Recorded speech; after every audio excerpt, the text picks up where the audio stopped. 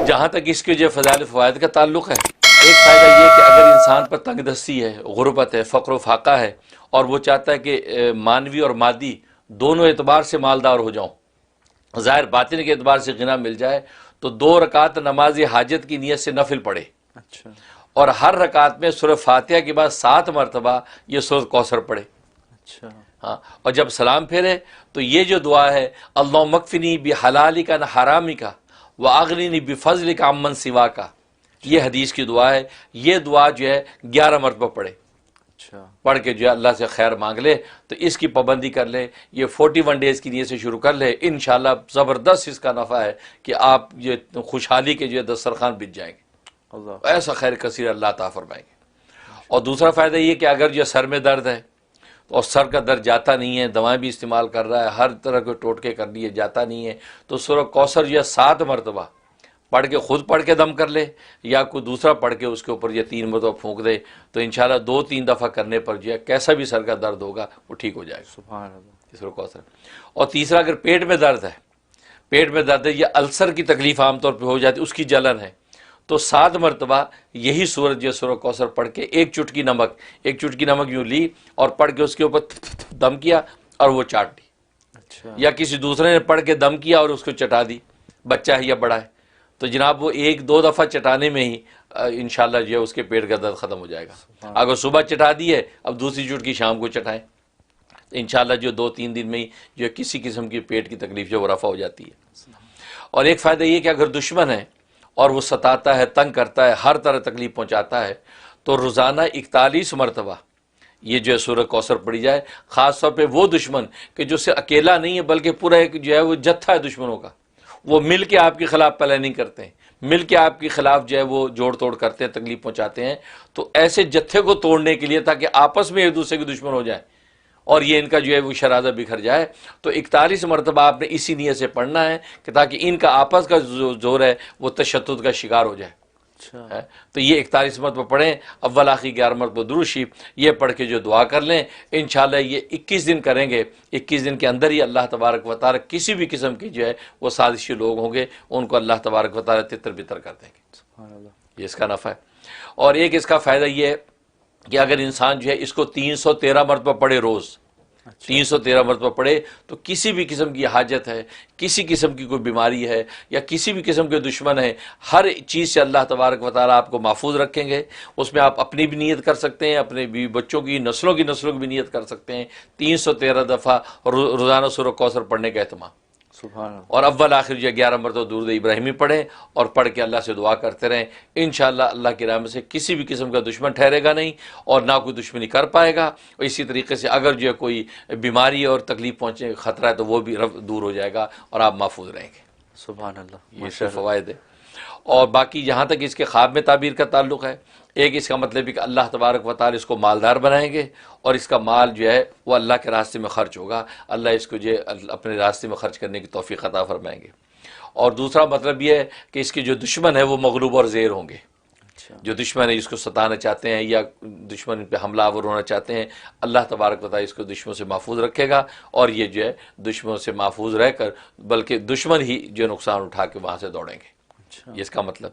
और तीसरा मतलब यह है कि अल्लाह दीन और दुनिया और आखिरत की सारी खैरें इसको अता करेंगे, बशर्तिया कि ये ईमान और अमल साले के रास्ते पर कायम रहेगा। यानी फसल्ली रब्बिका वनहर, ये जो हकीकत बयान की है ये इसके ऊपर अगर कायम रहेगा। और लिरब्बिका की कैद चूँकि इसमें लगाई रब के लिए, इसका मतलब रिया के लिए ना हो, रज़ा के लिए हो। रज़ा के लिए इसकी ये इबादत कुर्बानी वो रज़ा के लिए होनी चाहिए अल्लाह की, ये दुनिया की रिया के लिए ना हो। बस ये अगर करेगा इसका मतलब ये है कि अल्लाह तबारक व तआला दीन दुनिया की खैर इसको अता फरमाएंगे। सुभान अल्लाह। ये इसके ख्वाबों में ताबीर। सुभान अल्लाह। छोटी सी सूरत, कुरान की सबसे छोटी सूरत और इतने कसीर इसके फ़ायदे हैं। बिल्कुल तो माशाल्लाह नाज़रीन, ये सूरतों का जो तज़किरा है ये हमेशा हमें एक नया इंसाइट देता है कुरान की और एक नया शौक़ और वलवला पैदा करता है। और ये देख लें आपकी सबसे छोटी सूरत, इसके भी किस कदर मुनाफ़े हैं। तो अक्लमंद इंसान तो वही है कि इनको अपनी ज़िंदगी में जल्द अज जल्द इनको शामिल करे और इनके फ़वाइद ज़्यादा से ज़्यादा हासिल करें।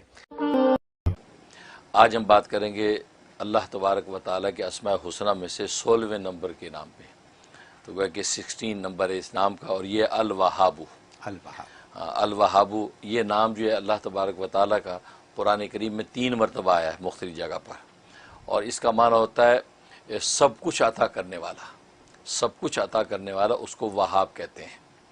और अल्लाह तबारक व तआला की ज़ात वहाब है, इसका मतलब कि वो ज़ात कि जो हर तरह की नेमत हर वक्त हर लम्हा और हमेशा देती रहती है, उसको वहाब कहते हैं। इसलिए उलमा ने लिखा है कि वहाब अल्लाह तबारक व तआला के अलावा किसी और को नहीं कहा जा सकता, क्योंकि वहाब का मफहूम ही ऐसा है कि जो अल्लाह ही की ज़ात है, जो हर किस्म की नेमत देती है, हर वक्त देती है, हर लम्हा देती है और हमेशा देती रहती है।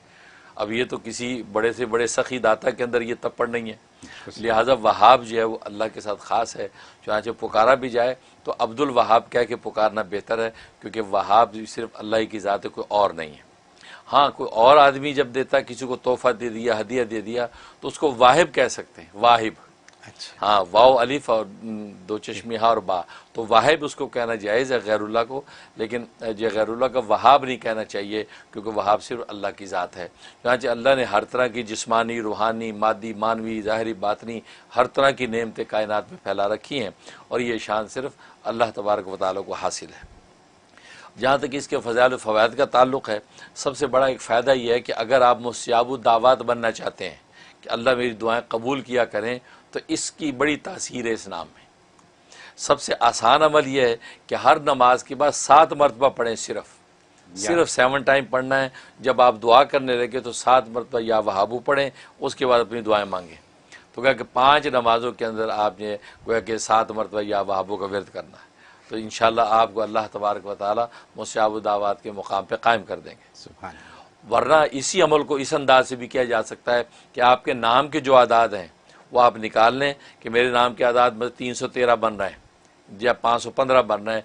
अब उतनी तादाद में आप किसी एक नमाज के बाद, फजर की नमाज हो बहुत अच्छा है या असर की नमाज हो तो बहुत अच्छा है, वरना फिर अपनी सहूलत से कोई वक्त रख लें, तो उतने जो है अदद के मुताबिक जो है इसका आप विर्द करें।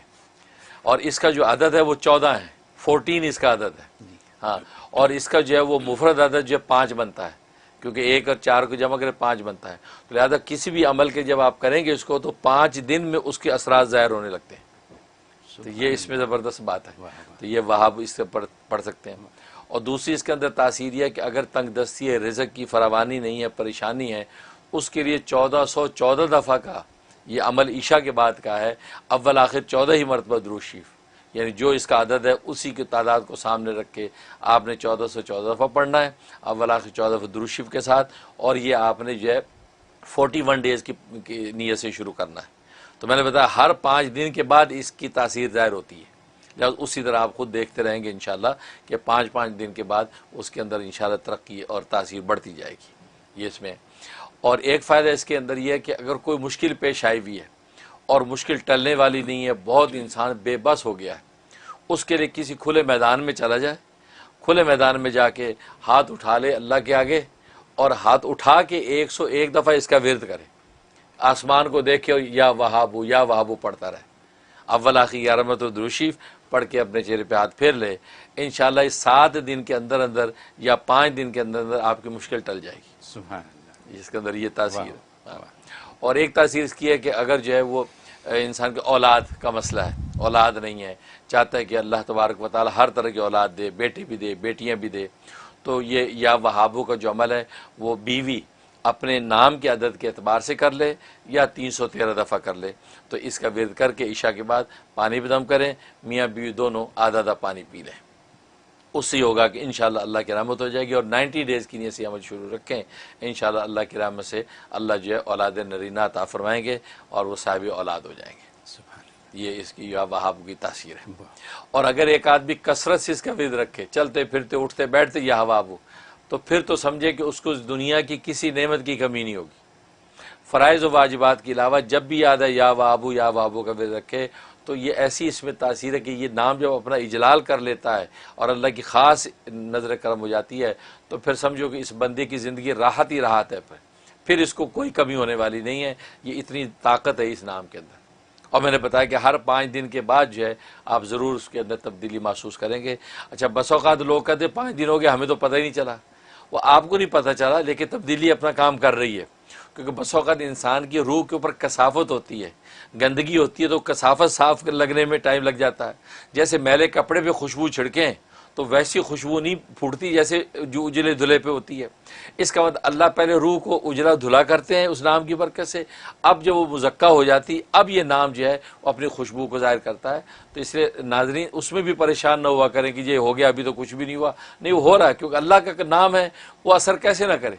अब शहद का लफ्ज़ बोले तो मुंह मीठा हो जाता है, लीमू बोले तो मुंह में पानी आ जाता है। तो ये दुनिया की मामूली चीज़ें अब इतना असर रखती हैं कि नाम लो तो मुंह में पानी आए, तो अल्लाह का नाम असर नहीं कर रहा है। हमारी रूह का जो ताल्लुक़ अल्लाह से उसमें कमी है, असल में वो उसकी सफाई हो रही है। वो जब शफाफ आईना हो जाएगा अब चेहरा आपको साफ नजर आएगा, गोया कि अब उसकी तासीर ज़ाहिर होगी। तो ये इसके अंदर ज़बरदस्त तासीर। और उसके अलावा जहाँ तक ख्वाब में ताबीर का ताल्लुक़ है, इसका मतलब है कि ये शख्स अगर बे औलाद है तो अल्लाह तबारक व तआला की तरफ से इसको साहिब औलाद होने की बशारत है, और दोनों तरह की औलादें इसको मिलेगी, लड़के भी लड़कियाँ भी, दोनों तरह की औलादों से अल्लाह इसको जो है नवाजेगा। एक मतलब ये। दूसरा मतलब यह है कि अगर इसे ख्वाब में इस नाम को देखा या सुना तो मतलब है कि अल्लाह तबारक व तआला इसकी दीन दुनिया दोनों के अंदर राहत ही राहत पहुँचाएंगे। गोया कि रब्बना आतिना फिद दुनिया हसना व फिल आखिरति हसना वक़िना अज़ाबन्नार, ये दोनों जगह हसना की बशारत इस आदमी को मिल रही है। लिहाजा हस्ब तौफीक सदका निकाल दे और 2 रकात नमाज शुक्राना अदा कर ले, ताकि अल्लाह तबारक व तआला की तरफ से हसना वो इसके लिए फ़ैसला हो जाए। सुभान अल्लाह। ये हज़रत आपने ज़िंदगी को आसान करने का बहुत आसान तरीक़ा बता दिया है। या वहाबो तो बहुत आसान सी बात है। सिर्फ एक क्लैरिफिकेशन चाहूँगा आपसे, वो ये कि जो अपने नाम के आदाद ना निकाल सकें उनके लिए 313 बिल्कुल, बस ये मतलब कम से कम 313 दफ़ा, और चलते फिरते करते रहें तो बस कोई कमी नहीं होगी, फिर तो कोई कमी नहीं होगी। बहुत खूब, सारी मुश्किलों के हल है अल्हम्दुलिल्लाह। और ये आप ही बताते हैं, आपसे पता चल जाता है सबको। बहुत खूब। दिल चाह रहा है इस पे बात करूं, लेकिन कॉलें भी हैं। ये बात इतनी इम्पोर्टेंट हो गई कि इस पे बात हो सकती है बड़ी।